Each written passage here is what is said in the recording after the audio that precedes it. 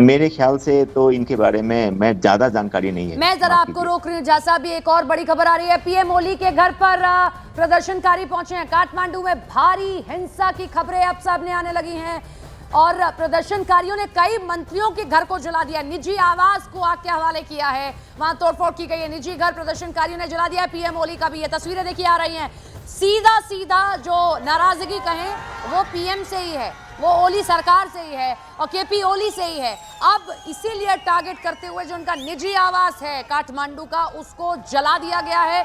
ये आग का गुबार, उठते हुए धुएं की लपटें इस बात की तस्दीक कर रही हैं कि वहां के प्रदर्शनकारी रुकने का नाम नहीं ले रहे और केपी ओली के घर को जला देना, वहां पर पहुंचकर प्रदर्शन इस तरीके से हिंसात्मक रूप ले लेता है तो आप जरा नेपाल की इस वक्त की तस्वीर को समझ सकते हैं।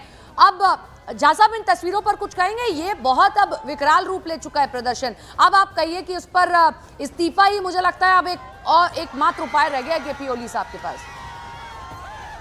उपाय अभी यही होगा। वैसे प्रधानमंत्री मुझे लगता है कि शायद विचार करते ही होंगे। जैसे 6 बजे उन्होंने अब सर्वदलीय बैठक बुलाया है, तो बैठक बुलाने के बाद में उन पे जब दबाव बनेगी ही, और मैं इतना आकलन कर सकता हूं कि ये सूरत हाल में उन्होंने अपना मनस्थिति बना लिया होगा कि अब उनको रिजाइन करने में ही ये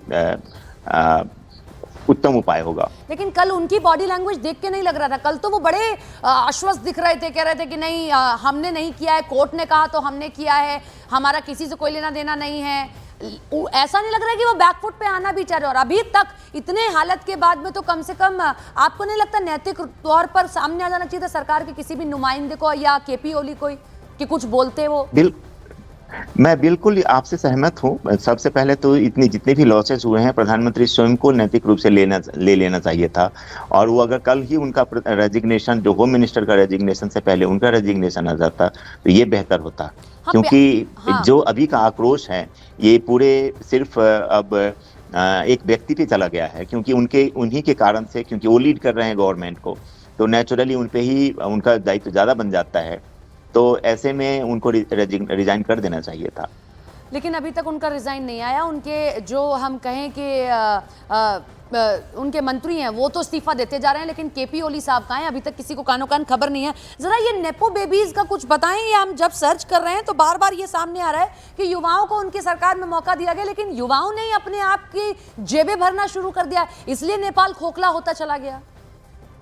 ये एक फिर मैं थोड़ा सा दूसरे एंगल से भी आपको बताना चाहूंगा। हाँ। ये क्या है कि ये कुछ अटैक ऑन सिस्टम ये कंटिन्यू है। जब से ये हमारी नई फिर जो कॉन्स्टिट्यूशन बनी है, तो किसी भी दिन से ये शुरू से ही इस पे ये सिस्टम पे अटैक करना, जो कुछ फोर्सेस हैं वो ऑलवेज एक्टिव ही रहे हैं। देखिए कभी थोड़ा सा डाउन हो जाते हैं, लेकिन उनका एक्टिविटीज कभी बंद नहीं हुआ। तो आप इस एंगल से भी देखिए, किसी भी सिस्टम को एस्टैब्लिश करने के लिए, स्टेबलाइज करने के लिए सबसे पहले तो लीडरशिप को ईमानदार होना चाहिए था।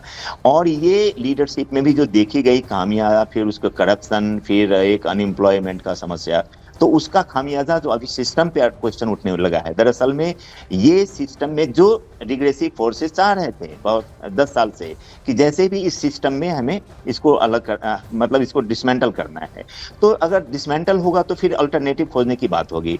तो अब ये समस्या ये आ जाएगा कि अगर प्रधानमंत्री आज अगर रिजाइन कर देते हैं, अभी रिजाइन कर देते हैं, तो फिर कौन? क्योंकि किसी भी पार्टी के पास में बहुमत तो है नहीं, अल्पमत की सरकार होगी, फिर या कोर्ट में जाएगी, फिर या राष्ट्रपति क्या करेंगे? तो राष्ट्रपति के पास में सिर्फ एक ही ऑप्शन है कि जो अब लार्जेस्ट पार्टी है पार्लियामेंट में, उनको बुलाना पड़ेगा। तो ये कुछ प्रोसेस में समझने के लिए तो मेरे ख्याल से गवर्नमेंट ने ये एग्जैक्टली मैं वही बात नहीं कहना चाह रहा हूँ। देखिए आप, इतना जला नेपाल कभी नहीं देखा हम लोगों ने। Let me complete this. मैं यही कह रहा हूँ कि जब प्राइम मिनिस्टर ने अपने 6 बजे आसपास में जो बुलाया है सर्वदलीय बैठक, तो फिर पॉलिटिकल ही सोल्यूशन है। क्योंकि अगर एक पार्टी के पास में अगर ये रहता, सिर्फ व्यक्ति चेंज करने की बात होती तो ये अलग बात होती। लेकिन इसमें ये है कि व्यक्ति चेंज हो जाए तो हु नेक्स्ट, क्योंकि किसी के पास में मेजोरिटी तो है नहीं। तो राष्ट्रपति के पास में भी अगर रेजिग्नेशन लेके जाते हैं प्रधानमंत्री, तो उनको तो किसी न किसी को अपॉइंट तो करना पड़ेगा, किसी पार्टी को तो आह्वान करना पड़ेगा।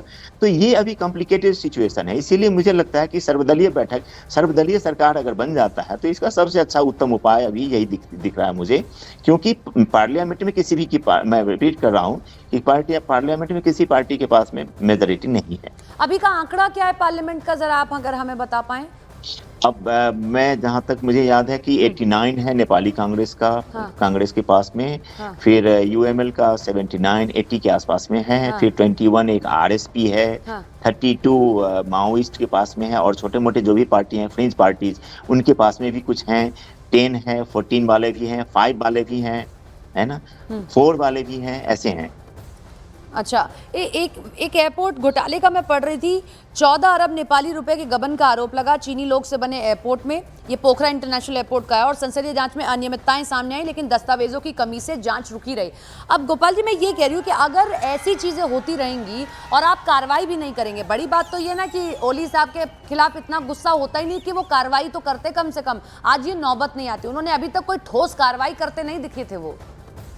देखिए, करप्शन केसेस में कार्रवाई नहीं हुई है, ये भी ये कहना थोड़ा सा एप्रोप्रिएट नहीं होगा। हाँ, पोखरा एयरपोर्ट एक इश्यू है, उसमें भी फाइंडिंग्स हुए हैं, उसमें भी पार्लियामेंट में एक रिपोर्ट बनाई गई है, तो ठीक है, ये गवर्नमेंट उसको मतलब सेल्व करना चाहती है अपने उसमें, तो कोई अगले गवर्नमेंट के पास में तो वो दस्तावेज तो रहेगा ना।